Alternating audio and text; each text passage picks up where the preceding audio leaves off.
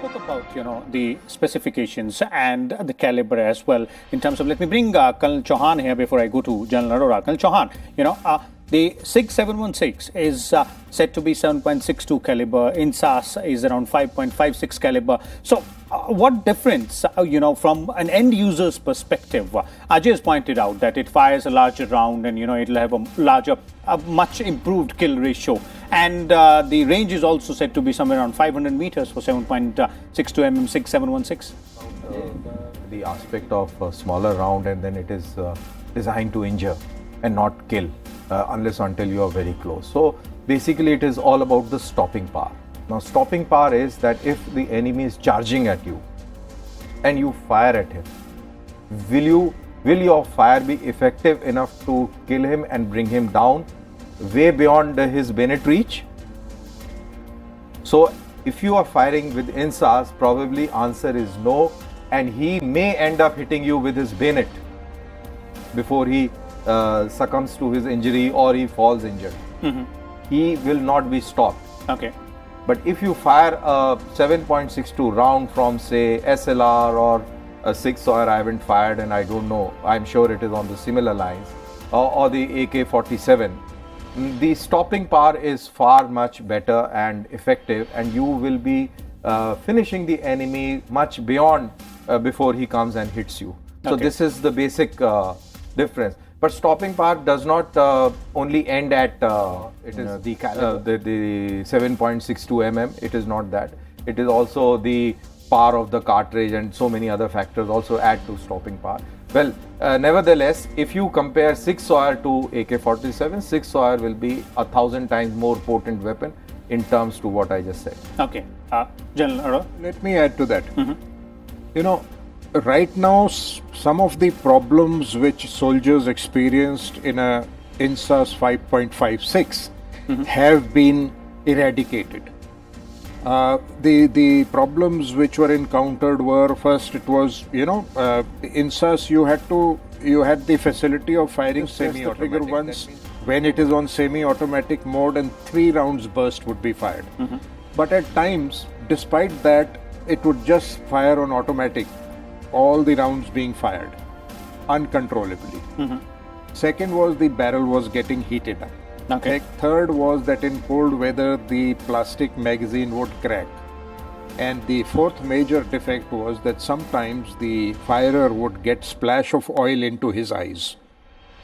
So these were sorted out, but then came the requirement of using additional equipment, under barrel grenade launcher, Picatinny devices, other aiming devices, which were added. But when a rifle is designed and manufactured in the factory and all these come fitted as original equipment, it's a different weapon rather than retrofitting and later redesigning the weapon. There is always a difference. So today you have INSAS 5.56, which you can fire grenades with a UBG with it, and you can have Picatinny rail, and you can use the devices, but still it is, as compared to others, it's not effective.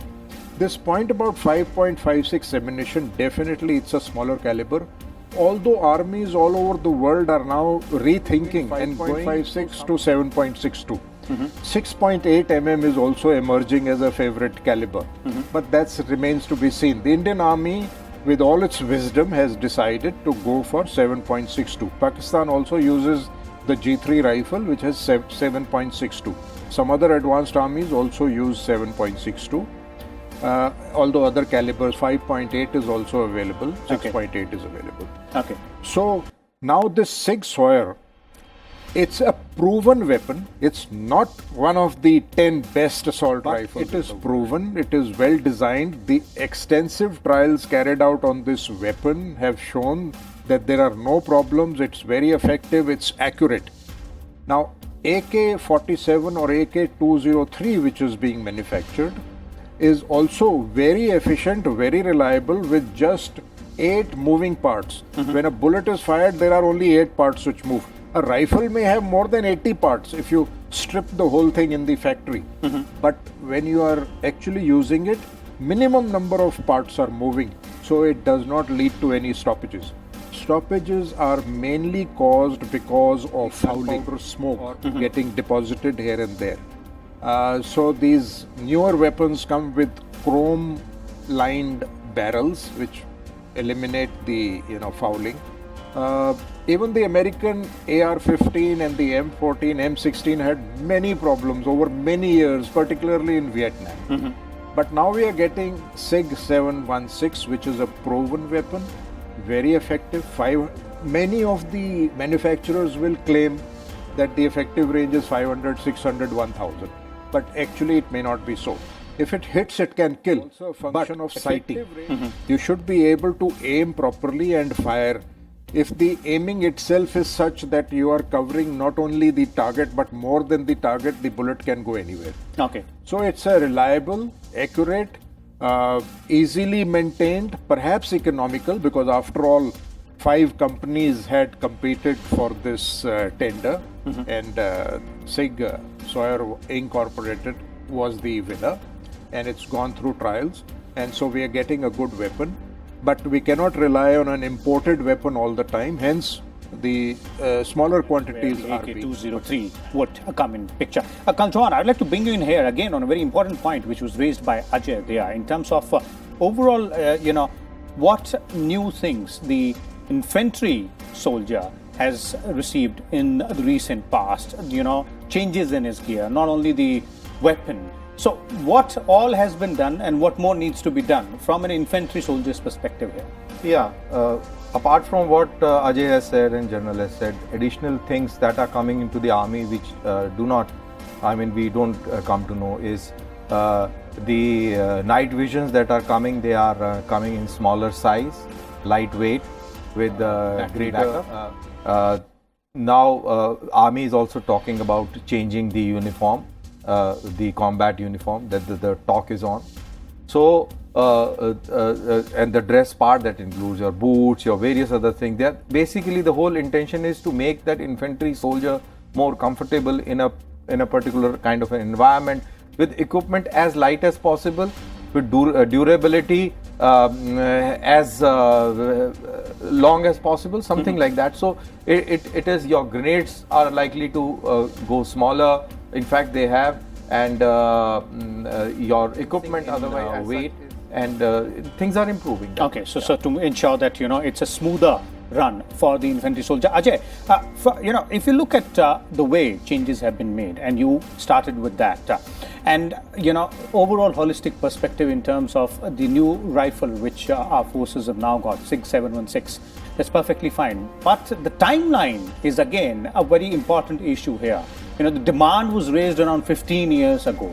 It's taken more than a decade and a half for the armed forces to get the first order, and meanwhile the AK-203 is also being done out there. So that apart, and what has been... Vishal, I'll take 1 minute to explain the use of this rifle first. See, imagine this, there is a soldier along the line of control, it's pitch dark at night. There is what General referred the Picatinny rail. What is the Picatinny rail? The Picatinny rail is a rail on top of the barrel. It can take in a night vision. It can be fitted onto it, so that soldier will have a night vision through the rifle itself to aim at a target. That Picatinny rail is the most important aspect of this gun. It can fit in a night sight, it can fit in a day sight, it can fit in a holographic sight. So you can remove the sight, fit it back again as per the requirement of that time. Okay. At night, you don't need a separate night vision thing. That is the most important aspect of the rifle. Whereas you talk about the timeline we've taken, Vishal, I always maintain that we are a slow-moving country. We can't help it much about it. That is where the processes of the acquisition are. People are afraid of taking decisions. But in the past few years, the decisions have been taken, especially these little things, the big ticket items the media talks about, the BrahMos, the submarines, the aircraft. These are often talked about. But the truth on the ground is the man who's facing the bullet every day. So he needed better bulletproof jackets. We had BP jackets for the past 20 years, but a lighter bulletproof jacket, which can take a better load. Because, if a bulletproof jacket weighs 3 kgs or 4 kgs, it's a weight, but it weighs 2 kgs or say 1.9 with the helmet. Now the helmet is such that it takes a 9mm bullet from point blank range.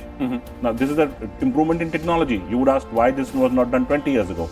20 years ago, this helmet was possibly rarely available with the US forces. Now the cost of technology has come down, so we are now progressing as an economy. Our economy is growing. As our economy grows, we are talking about these things. The comfort of the soldier, as Colonel Danveer Chauhan pointed out. We're talking of comfort of the soldier. Now the soldier is made comfortable through better boots, better shoes, better clothes, better rifles, and he's actually very, very confident of the rifle, new rifle. When you talk of the troops in counterinsurgency areas, they always pick up the AK-47 as a weapon of choice. So we have to live with those times. We cannot say indigenization. AK-103 is indigenized. It's being made in India. So let us live with that fact. Okay, so it's the comfort of the soldier and the faith also, which the soldier has, as Colonel Chauhan was pointing out. Concluding comments from you, General Arora. What comes to mind very clearly is, why don't we have our own weapon, indigenous Indian, whether it is pistol or carbine or LMG, assault rifle, sniper rifle, or rockets. I just want to summarize. Remember, we had the Lee Enfield 303 rifle right from Second World War up to 1965 war, and then we had the L1A1 British rifle made in India under license, fairly good weapon. And then we decided that it's time to have our own. This 5.56 was developed by DRDO and Ordnance Factory. 1990s it was introduced in service, and it has lasted up to 2017, you could say, when the decision has been taken. That's because the government did not trust giving license to the domestic industry to produce small arms, thinking they will fall into hands of the left-wing extremists and Naxal buddies and other anti-national elements. This came only recently, when licenses have been issued for arms, ammunition and explosives.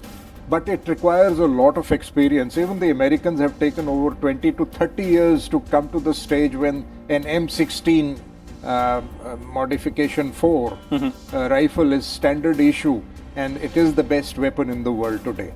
Okay. So hopefully now onwards, this requirement has to be met. We will imbibe technologies from this AK-203, which will be made, assembled as well as made in India.